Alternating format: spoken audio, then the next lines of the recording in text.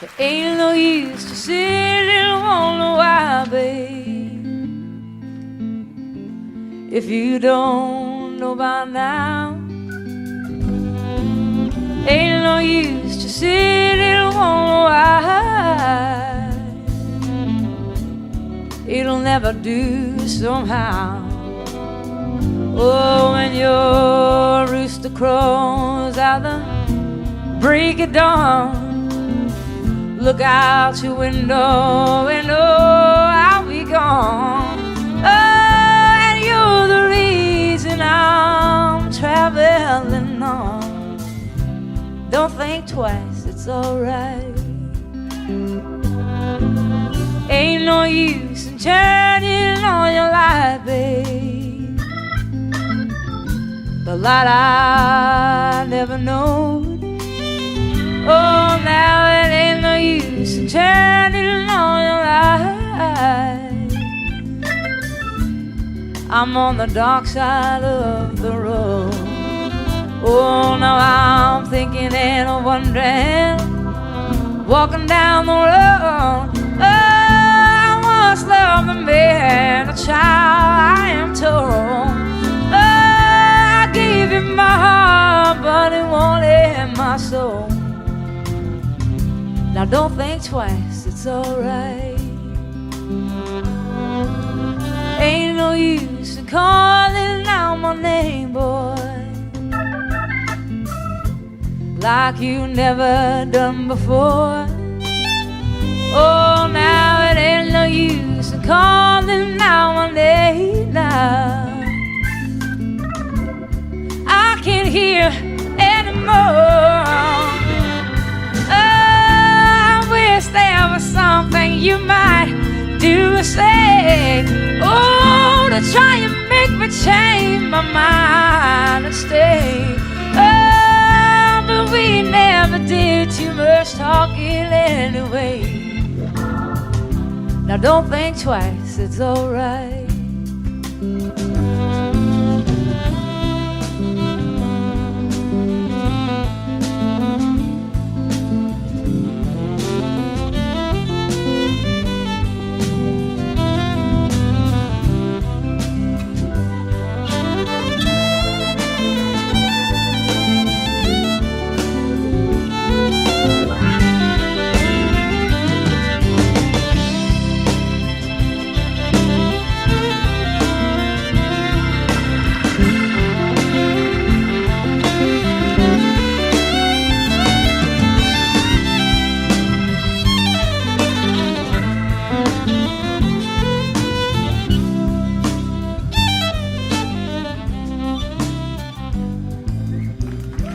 So long, honey, baby.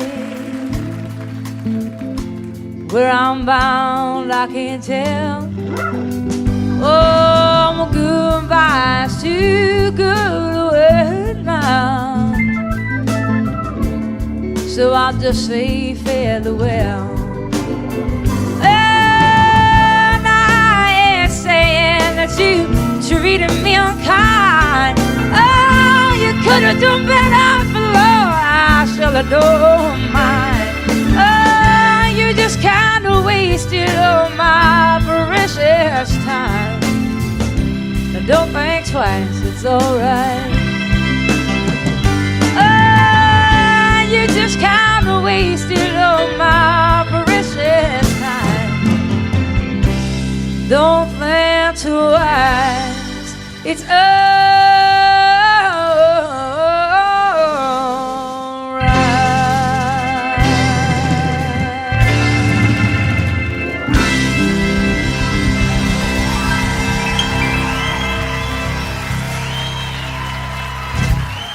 Thank you.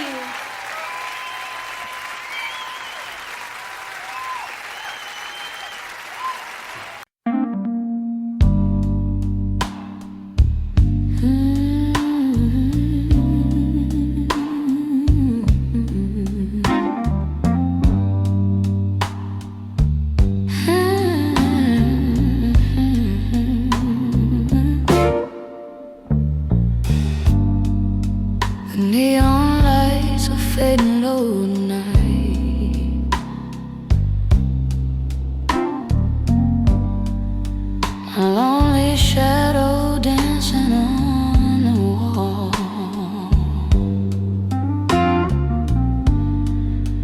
glass of whiskey, one more silent fight. Since you walked away and left it all. Oh baby, these midnight blues keep whispering your name. My heart's still burning slow, like a runaway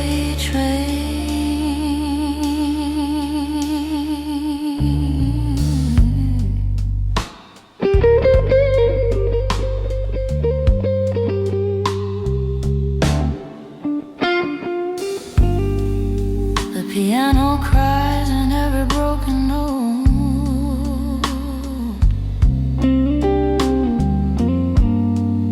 The smoky song drifting through the room.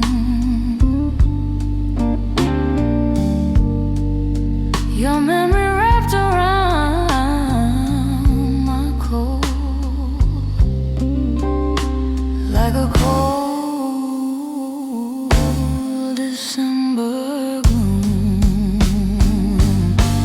Oh baby, these midnight blues still calling out for you. Every lonely melody feels like deja vu.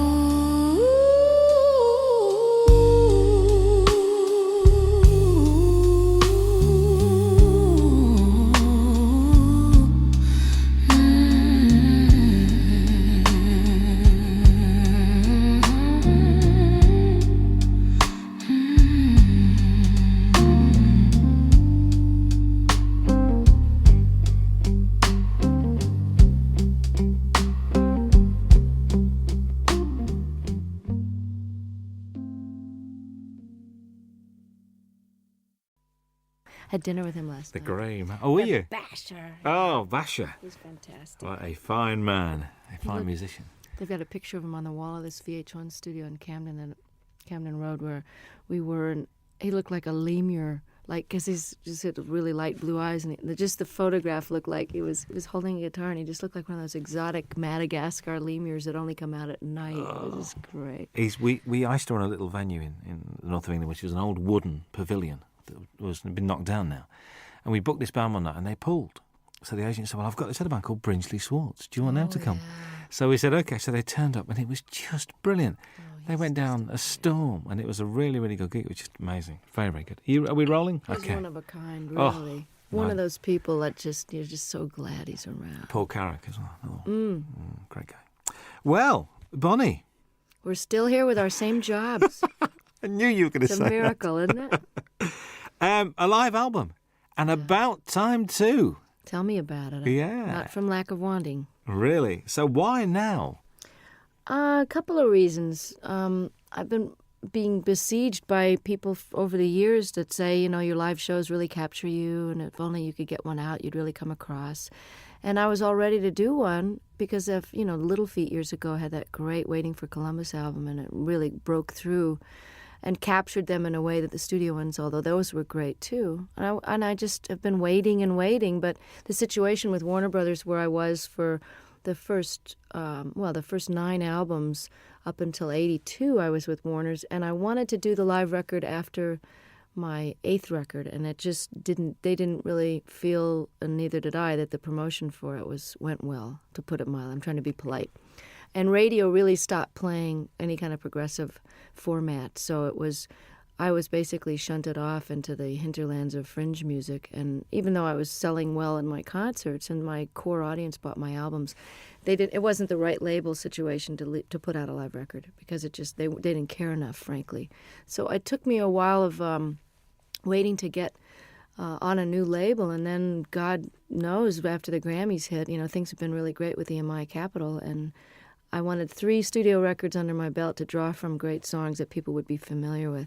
And I've been basically planning to have this lineup of guests for a long time now, and finally I've got the great band that can play the songs as well as the ones that play in the studio, because most of them are the ones that are on the records.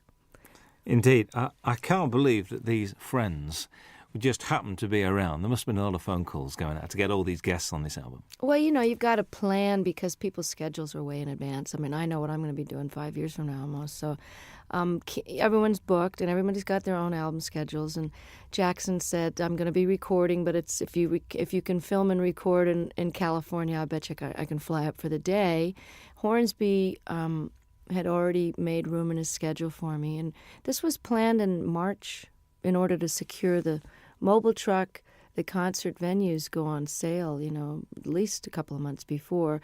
And, of course, the film crew, we had 9 35-millimeter camera, film for 2 days. So, that's almost $1 million type of proposition just for the film alone to film the 2 nights. And so, yes, it had to be way planned and approved and paid for in advance. But I must admit, the sound of the album is one of the best live recordings I've ever heard. Oh, fantastic. And I'll tell our engineer that because he worked his you-know-what off trying to make it. Because I'm not a big connoisseur of live albums. I mean, I listen to James Taylor's and Peter Gabriel's and of course, Little Feats I play a lot. And I have some live Westwood One radio programs that I've listened to and gotten copies of live performances where I've missed someone's tour. But I really wasn't an audiophile enough to know that it turns out, I've found out from doing interviews, that most live albums get listened to once and put on the shelf. So Ed said, he really wanted to go for, making this the best live-sounding record he's ever heard. And he studied a lot of them about how much echo in the room echo to leave in and how much clapping between songs and how much talking. Where there was a lot of deliberation that went in. And, of course, each song is from sometimes a totally different night in a totally different hall. So there's a lot of post-production work that went into this. And it works so well. A couple of things. Vince Gill has described you as the wildest lady he knows. All right, Vince. What do you think about that? I think he's the guy all of us would love to get wild with, actually. He's the nicest star. Well, actually, Brian and Bruce and Jackson, my special guests are pretty nice, too, in the unneurotic field. You know what I'm saying? That people that are just folks when you meet them. I don't know if that was your impression, but I know that Vince and I, over the years, I mean, when he was in Pure Prairie League and I was still on Warner's, we ran into each other and we actually did a duet together when he was first a solo act. We did a song called Let's Do Something Even If It's Wrong. And he and I were both kind of wild. I don't mean that in a biblical sense. I just mean, wild rockers. We didn't get into this line of work because we like to go to bed at 9 o'clock. Well, you don't start till late anyway, do you? It's not late. You know what? I get up early when I'm off the road. I like the daytime hours because if you're not up partying at night, there's really no reason to be up past midnight unless you just get into one of those great moments when you can write and you're reflective and everybody else is asleep. But I've started to really like the early morning dawn hours. In London, when there's nobody else around, it's very good. I was in New York last year, and we drove out of the city we just drove out for about an hour at about 6, 7 o'clock on a Sunday morning. Nothing in New York. Very strange feeling. I very, bet it was very bizarre. strange. I bet. Very, very weird.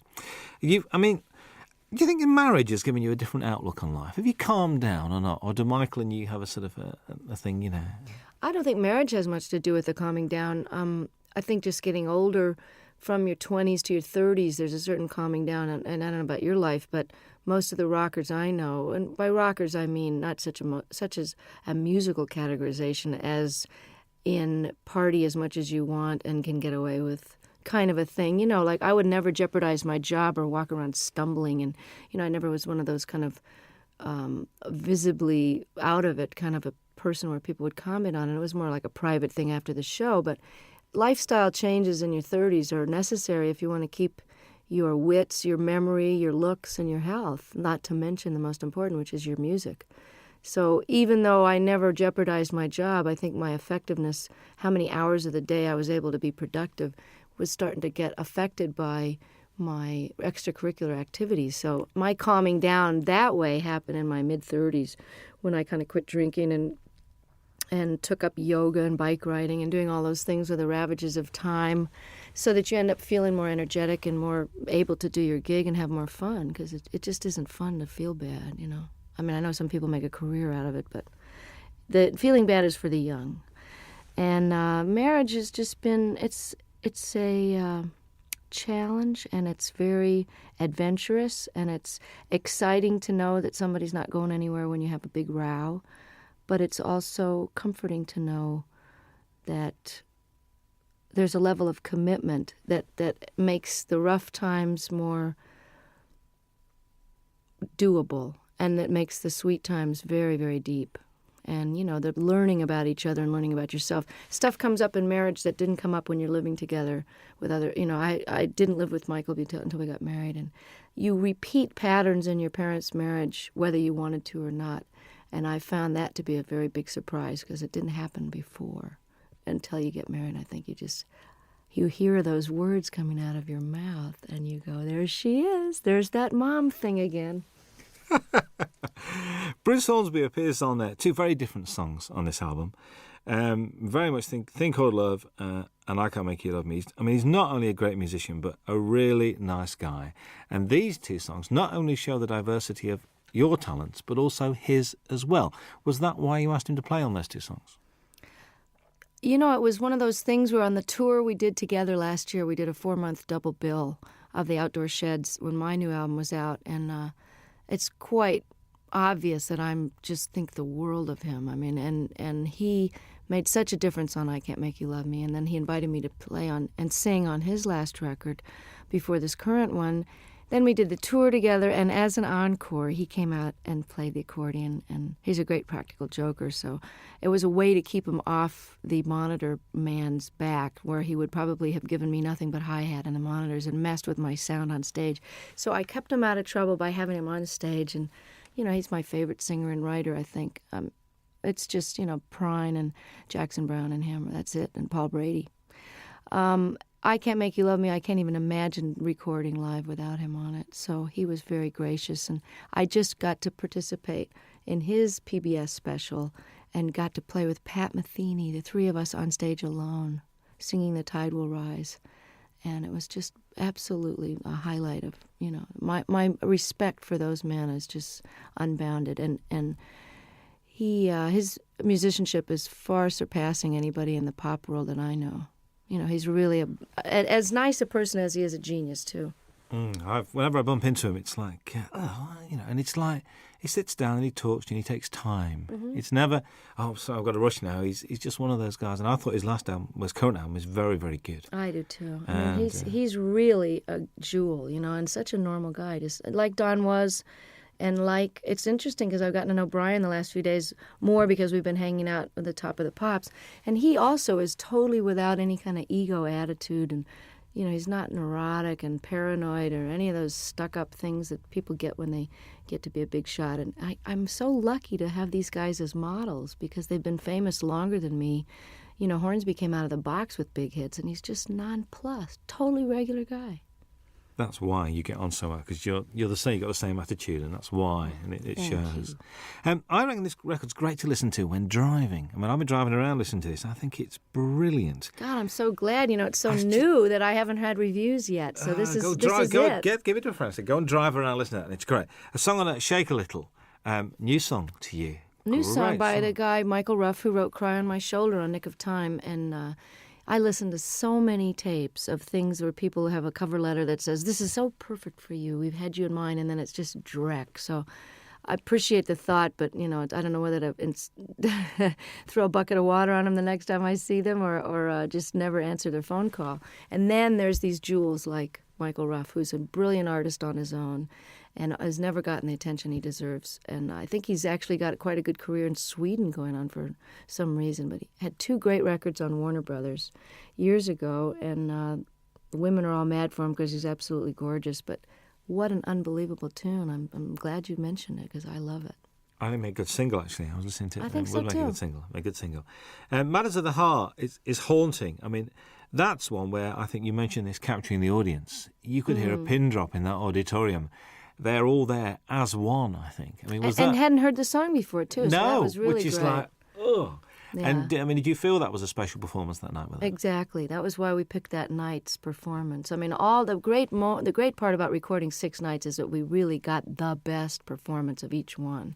It was hard to choose sometimes, but there was always one that had that pathos and a unity of, whether it was a spontaneity or just not thinking about it. Everybody forgot about the tape, and the audience, for whatever, it's almost like a great meal or making love. There's just that one evening where it's that you're doing the same thing with your lover that you've always done, but it's just fitting and feeling perfect. And that this track has got a soulfulness to it, kind of a Ray Charles thing that, Michael McDonald is an incredible writer and singer. So the fact that to wrap myself around one of his songs like this is, you're as good as your material. And like I Can't Make You Love Me, this is one of those classic songs. I think what's nice about this record as well is it's not Bonnie Raitt's greatest hits live, which I'm so pleased about. It's a real, it's almost it's a comment and it's a reflection. Was that purposeful, the way you selected the songs? Yeah, and I'm glad to hear you say that. This is terrific that it's coming across, even in its shortened one-disc version of the 2-hour concert. I mean, we were actually surprised, Don and I, when we had to narrow this down, that this played as well, and we almost like this order better than the ones with the extra 4 songs on it. I had no intention of doing a greatest hits, because why would somebody want to buy it? Well, I suppose they would want to have all those so-called hits on one record, but why not try letting the songs go out the way they've evolved over the last few years? I mean, Love Me Like a Man, I recorded in 1972, and the guitar solo is never going to be the same twice. And certainly Have a Heart and Love Letter and different songs from Nick of Time, all of these songs have taken on their own character depending on the tour that we play them. Each tour, everything gets a little shifted by the band members, because just to keep it interesting, but also they just grow. Tempos are changed, Have a Heart has a kind of a South African guitar part on it, and that's partly because I've got one of the greatest guitarists as a foil now, George Marinelli, who used to play with Bruce Hornsby. So I wanted to add something different to the older songs and give people, we got 6 new songs, so it's a little bit of everything. I think so. Charles and Ruth, I'm pleased they're on there.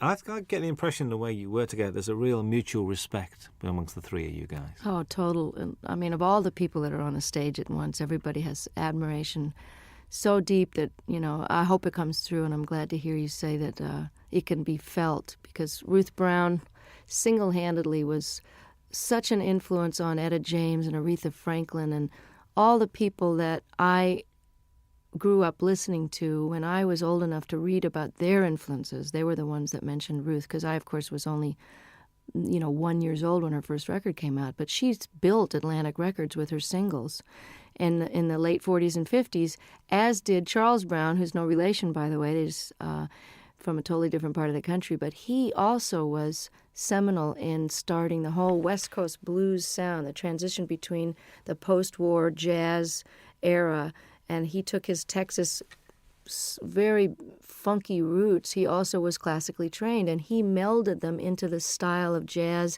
with the Art Tatum flavor and the beautiful classical music, to where Nat King Cole became famous based on the music that Charles Brown was doing. And, of course, Ray Charles is a direct descendant, although he doesn't credit Charles, and has never turned around and really helped him, nor have Chuck Berry and some of the other people that really grew up idolizing him. And I always felt it was strange that the great rhythm and blues artists and the white artists of today, who owe such an incredible debt to these pioneers, would not only not put them on the show, or at least throw some money towards the organization out of which they can get some health insurance, since they didn't get any royalties.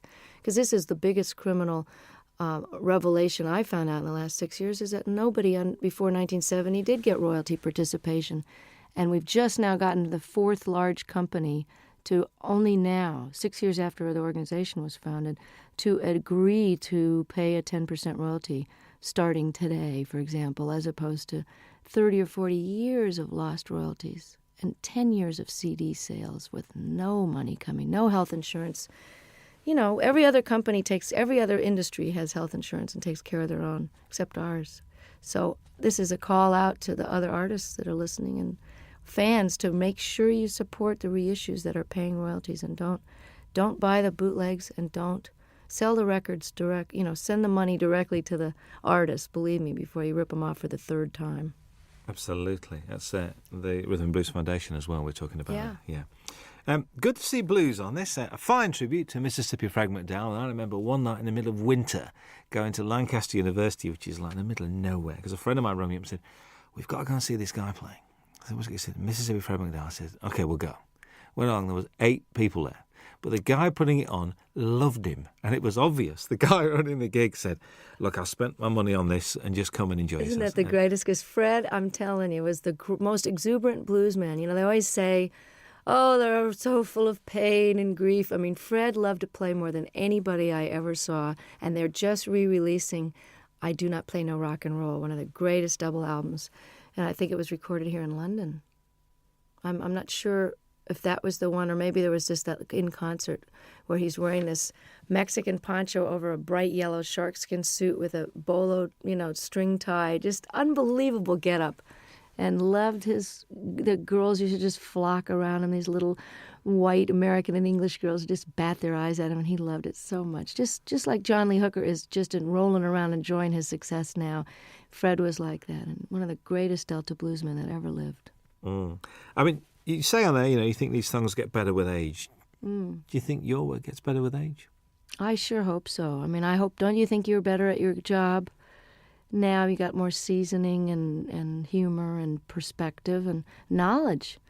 I mean, I always think people, as they get older, if they're lucky enough to keep their wits about them and don't get too cranky and discouraged, that people's wisdom and opinion at 70, 80, 90 years old they're like gems, If you're smarter now at 45 than I was at 25, why won't I be even smarter at 65? So I hope that my music is richer and deeper and more accomplished. And I never saw B.B. King or John Reid or Pablo Casals or Segovia get any less with age. They just got more.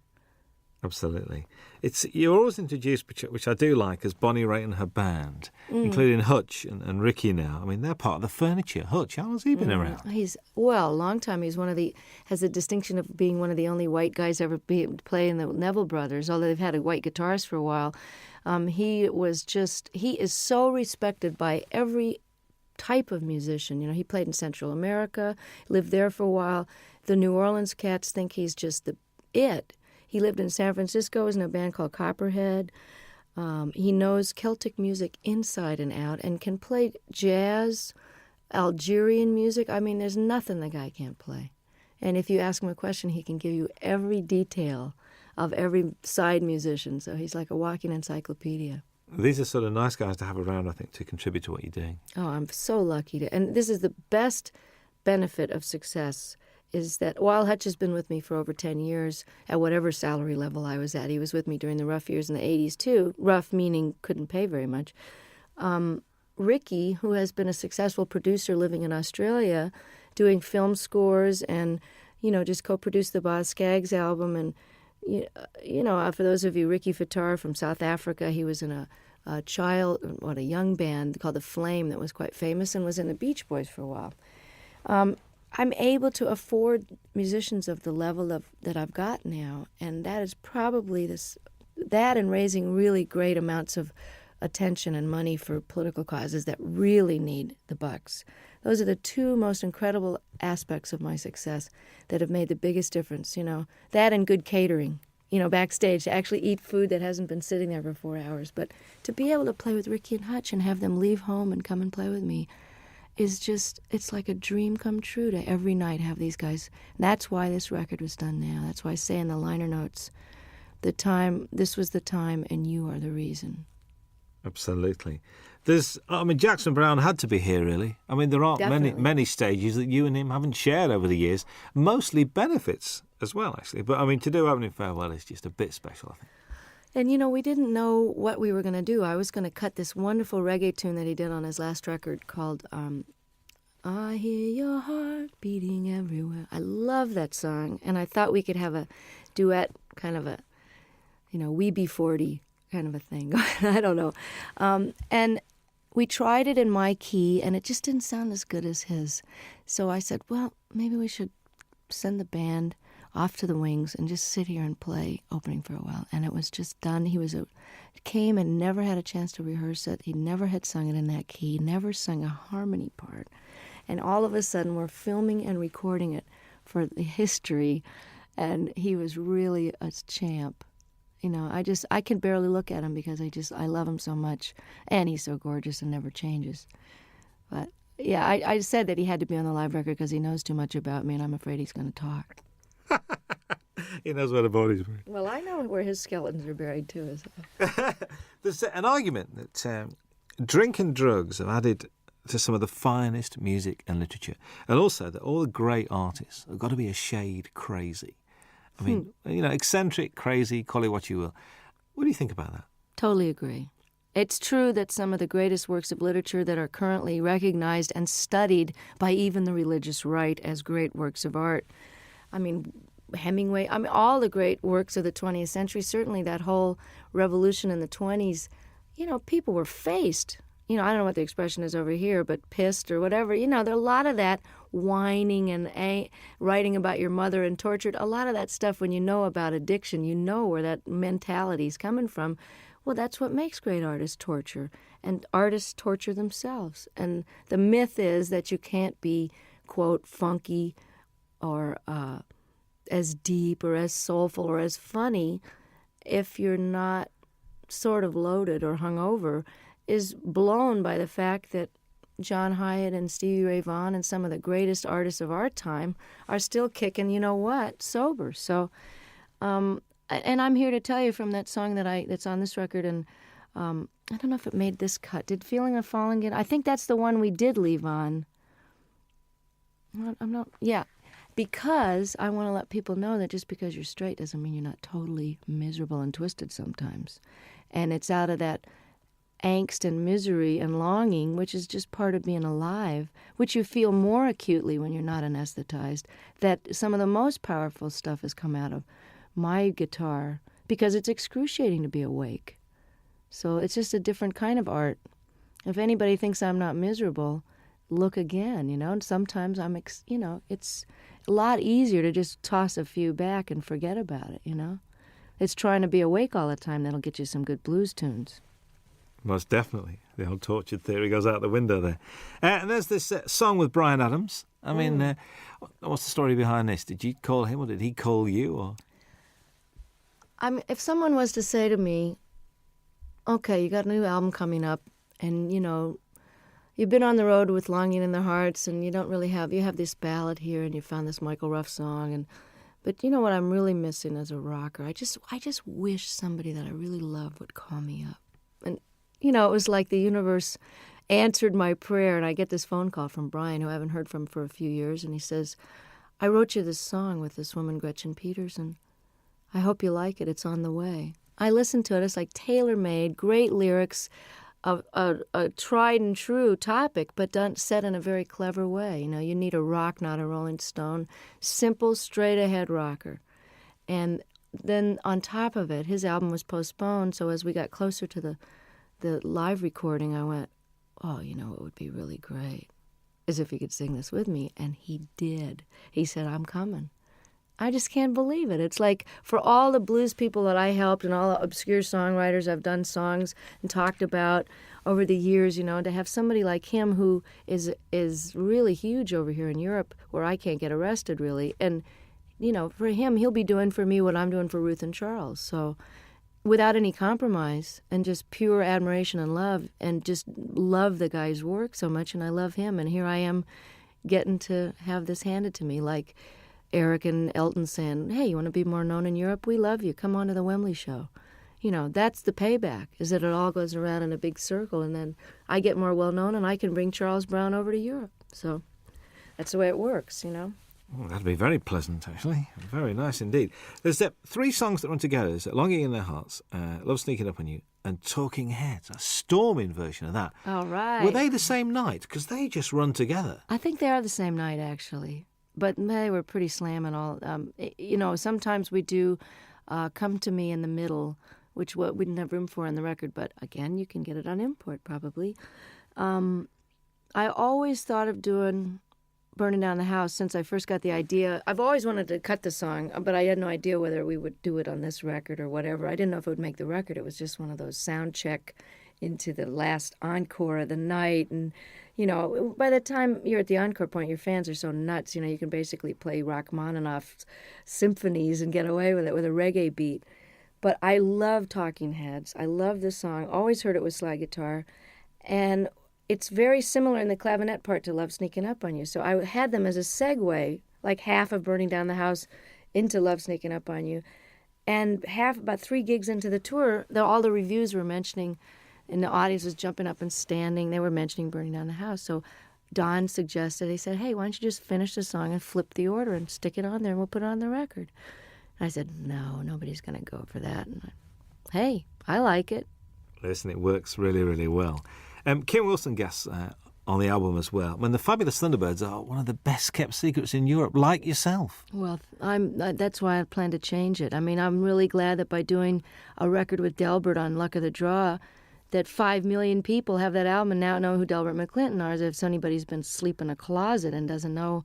The other great white singer of rhythm and blues is Kim Wilson, and one of the greatest living harmonica players.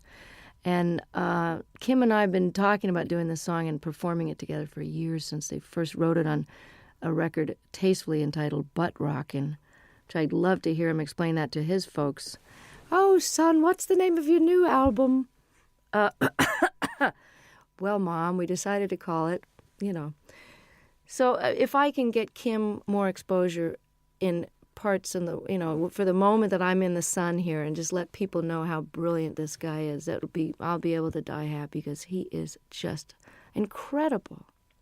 You know what? Listening to this record, I do have a problem, because I'm not now going to be able to say to people, you mean you don't know who Bonnie Raitt is?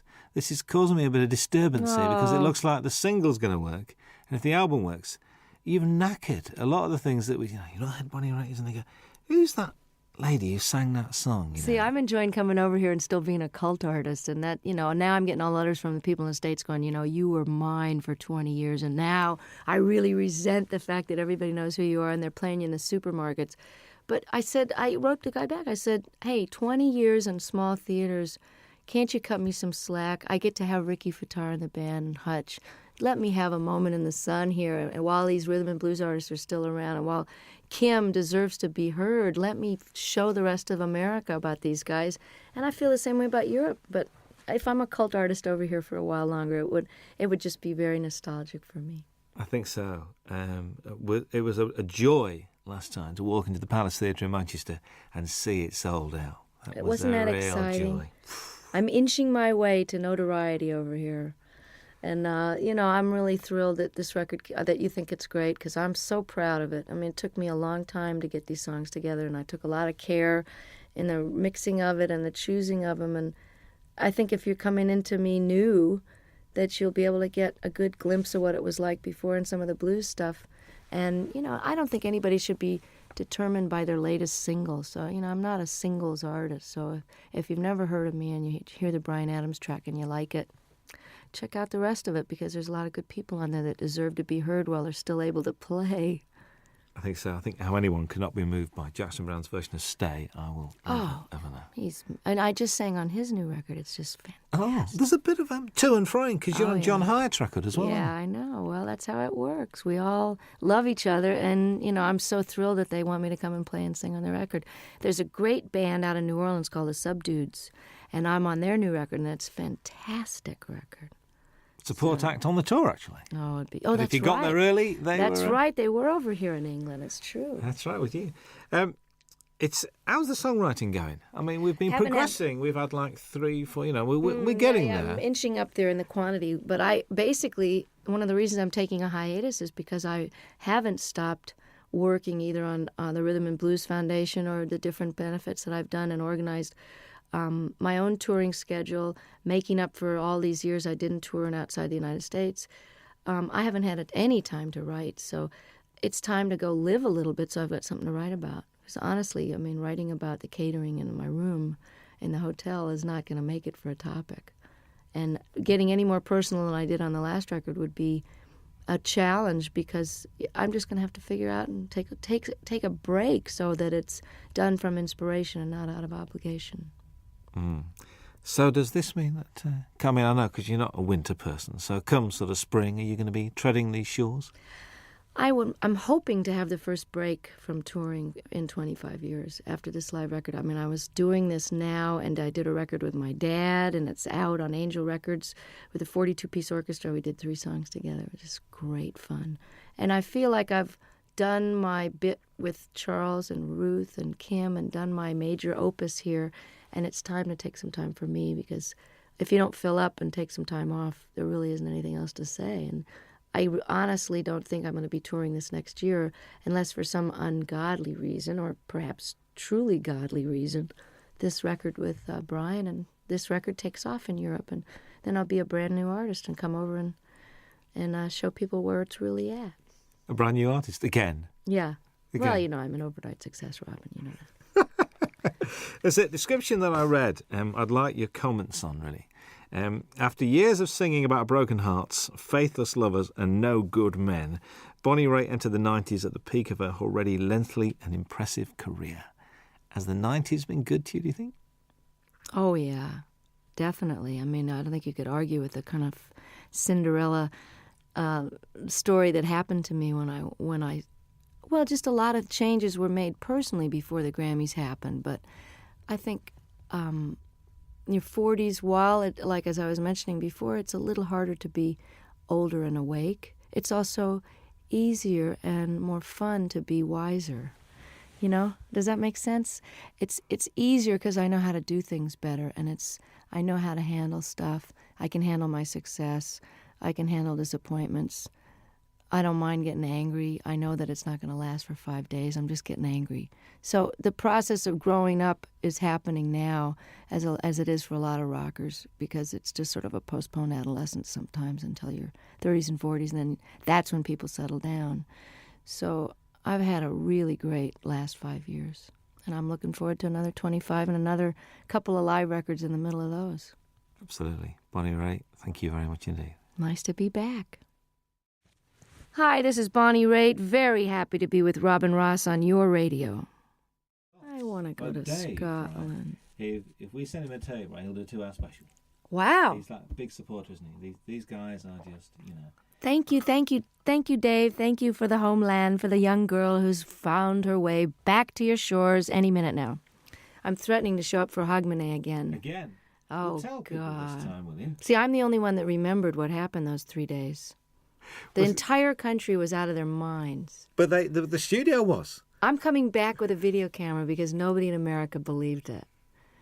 You know, well, they had some sort of sponsorship. They had little bottles of booze on the table, and there was like 65-year-old people just totally clapping and yahooing it up, which is a little glimpse of what like a Crosby, Stills and Nash audience is going to be like in 20 years. You know, will be a bunch of old geezers singing, you know, just a song before you go. But they'll still be all applauding. And Sheena will be singing Morning Train, and me and Brady will be out there on walkers singing Thing Called Love. Yeah, I found another Brady Buncher. Curtis Stigers is a Brady Buncher. Yes, he is. Curtis Stigers is a Brady Buncher. I found somebody else as well. You know, guess who cut Paradise is Here? Cher. Heard it from Brady's lips today. I'm not kidding. That'd be great. Let's find it right now. Really? So that must be this new album because she's done the Mark Cohn Walking in Memphis. That's a single. So it'll be on the same album. Well, it's good. I'm glad that she's going to get them some wider attention, you know. Brady's record was great, wasn't it? Mr. Cummings won't know what's hitting. He won't know what to do. I know. He's great. I ring him up. I really wanted to do that song too, but Tina had already done it. I think that Cher track's coming out for Christmas as a Christmas single. Paradise is Here?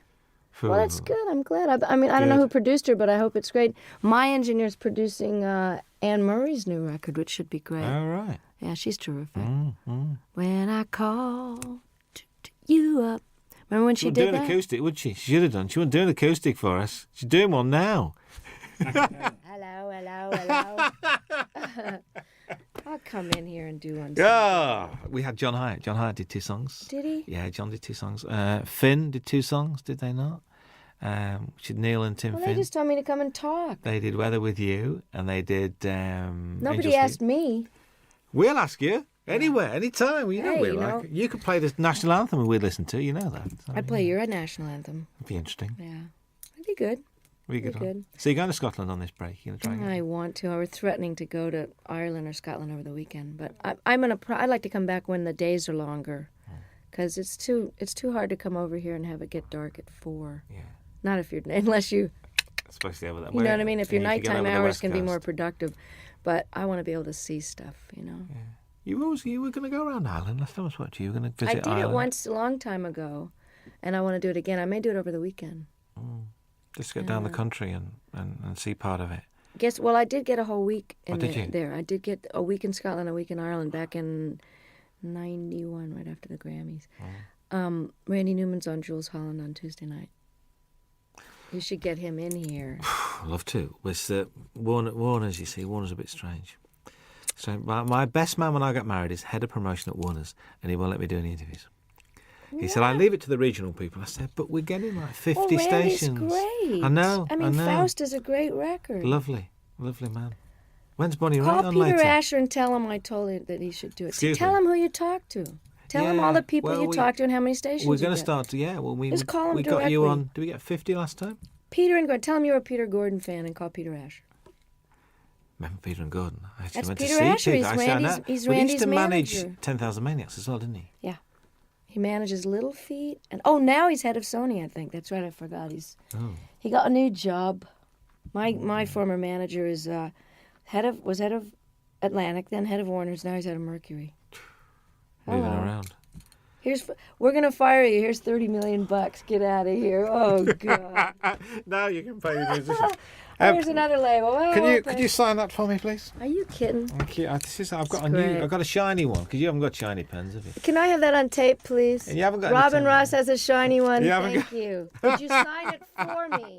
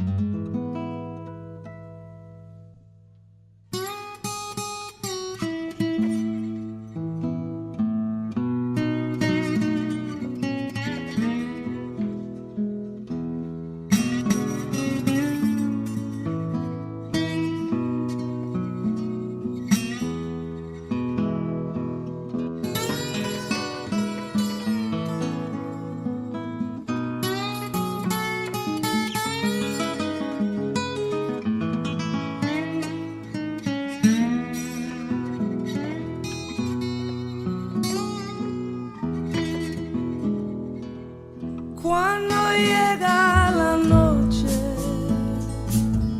yo recuerdo tu cara y en las olas del mar siento tu voz y en la luz de esta luna es tu piel que me roza. Y esta brisa azul trae tu corazón más cerca de mí.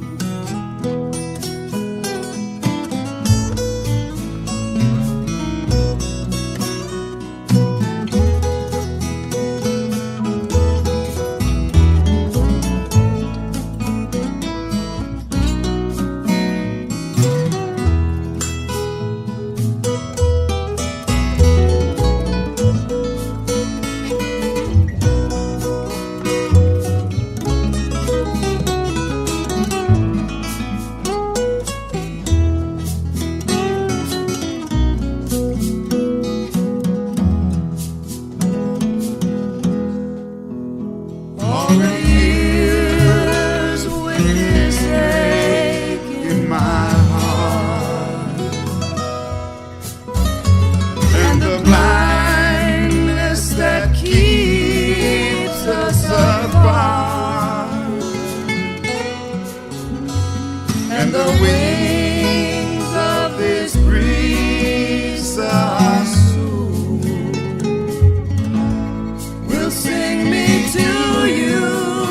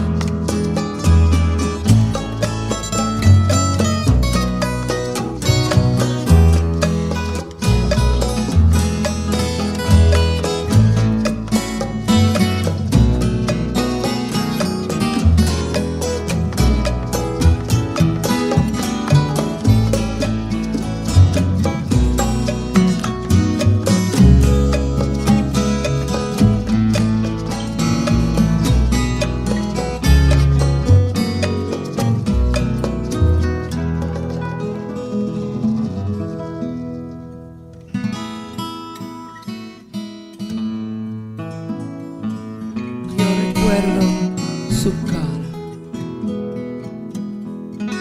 y en las olas del mar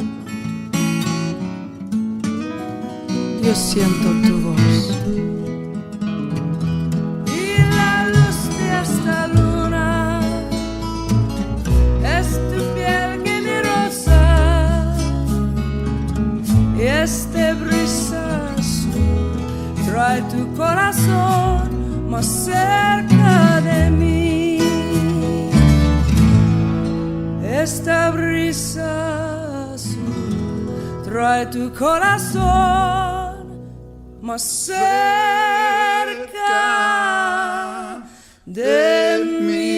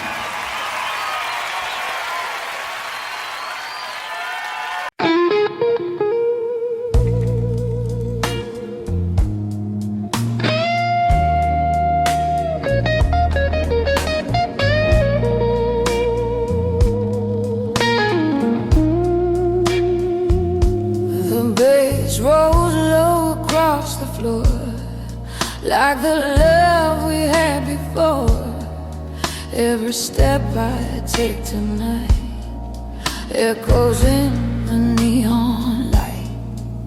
Your memories, a rhythm slow, playing where I go. Oh baby, hear that low bass cry beating through my chest. Every note reminds me you were my best. Now the night keeps spinning like an old blues tune, and my heart keeps falling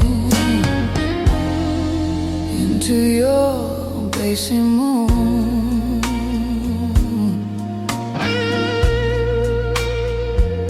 That guitar sings a broken line, like your lips against mine. Every chord the piano plays pulls me back to yesterday. Oh baby, hear that low bass cry beating through my chest. Every note reminds me you were my best. Now the night keeps spinning like an old blues tune, and my heart keeps falling into your bassy moon. Love like ours don't fade away, it just turns into the blues. And every bar I sing tonight still belongs to you. So let that bass keep rolling slow through the midnight air, 'cause every lonely blues I sing still finds you there.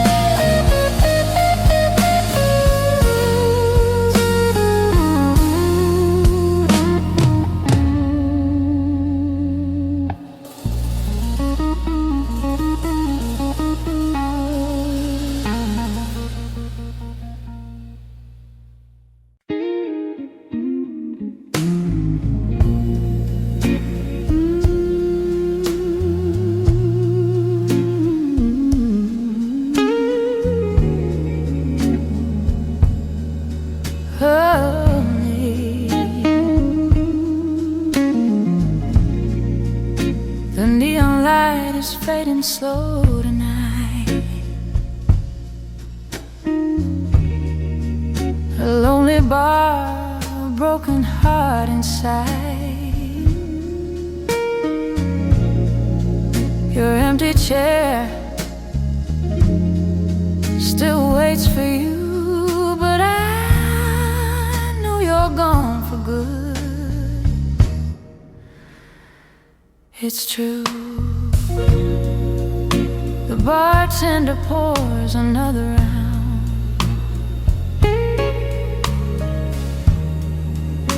But silence is the loudest sound. Your memory walks across the floor like footsteps knocking at my door.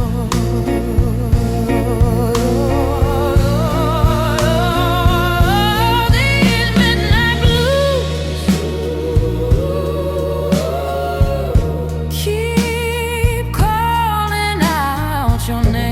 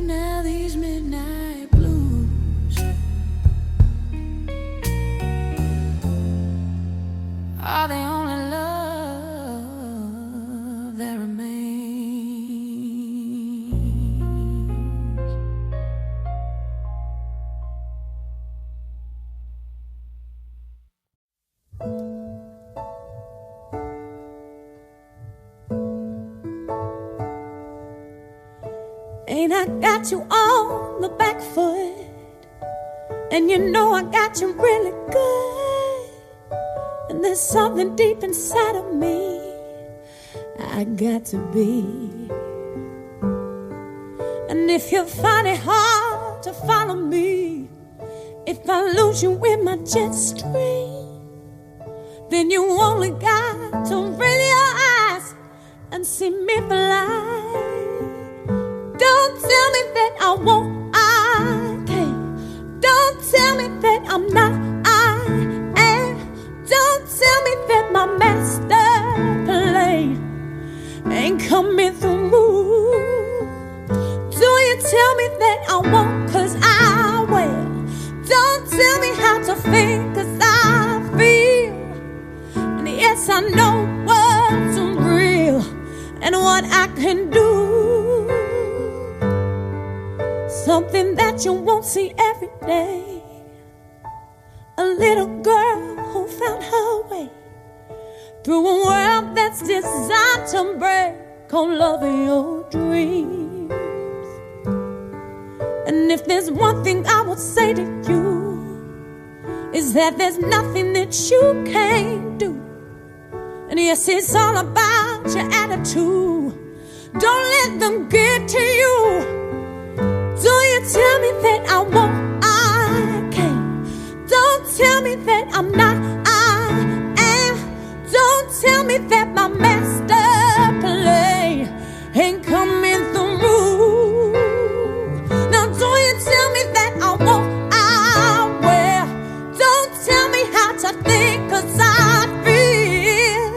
And yes, I know what's real and what I can do. Ooh, yeah. Ooh, hey. Oh, don't you tell me nothing, no.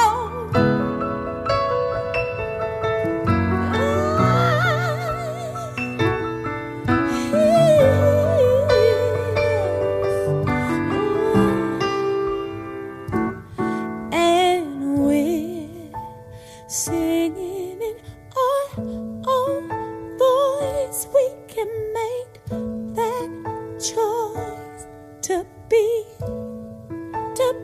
free. Yes, we're singing in our own voice. We can make that choice and be free now, to be free now. Don't tell me that I won't, 'cause I can't. That I'm not, 'cause I am. That my master plan ain't coming on through. It's coming on through. Don't you tell me that I won't, 'cause I will. Do you tell me, 'cause I know what's real and what I can do. What I can do. I say, you sing, all right now. L-U-V. I love it.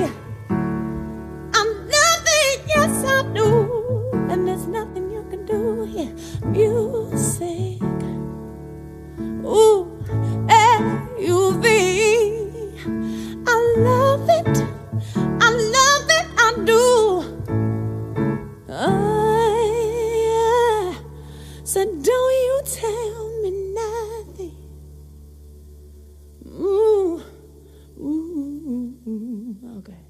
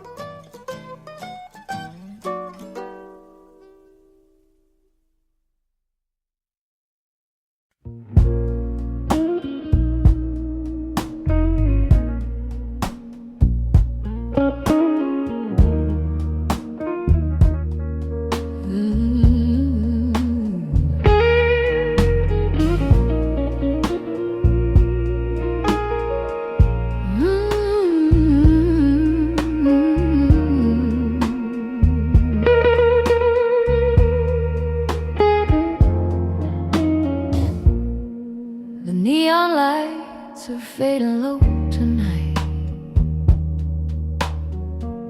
My lonely shadow dancing on the wall. A glass of whiskey, one more silent fight. Since you walked away and left it all. Oh, baby, these midnight blues keep whispering your name. My heart's still burning slow.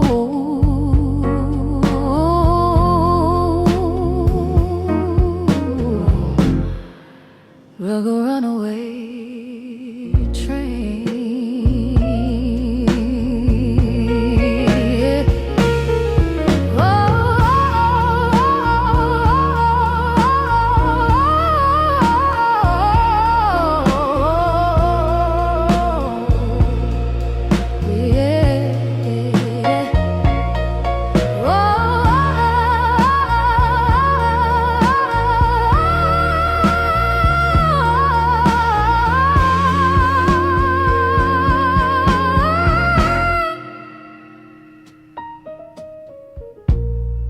The piano cries in every broken note.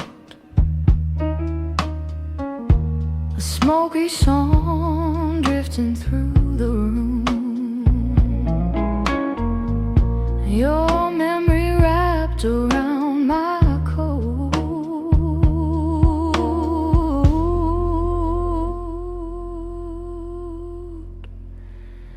Like a cold December gloom. Oh, baby, these midnight blues still calling out for you. Yeah, every lonely melody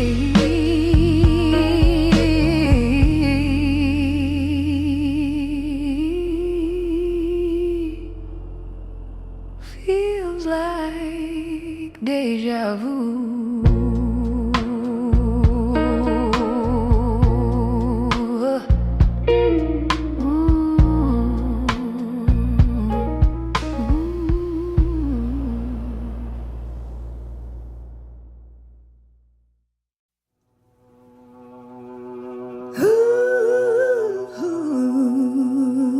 Yeah.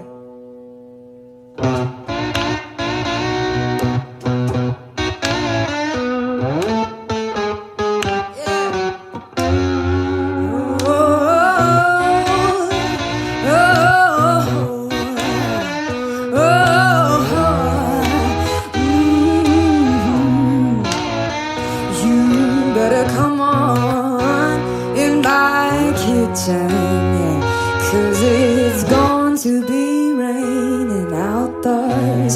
Ooh, the woman I love, yeah, I stole her from my best friend. Some joker got lucky, yeah, stole her back again. Yeah. You better come on in my kitchen, hey, 'cause it's going to be raining outdoors. Ooh, the woman I love, yeah, I stole her from my best friend. That joker got lucky, yeah, and stole her back again. Hey, you better come on in my kitchen, 'cause it's going to be raining outdoors. Ooh, oh,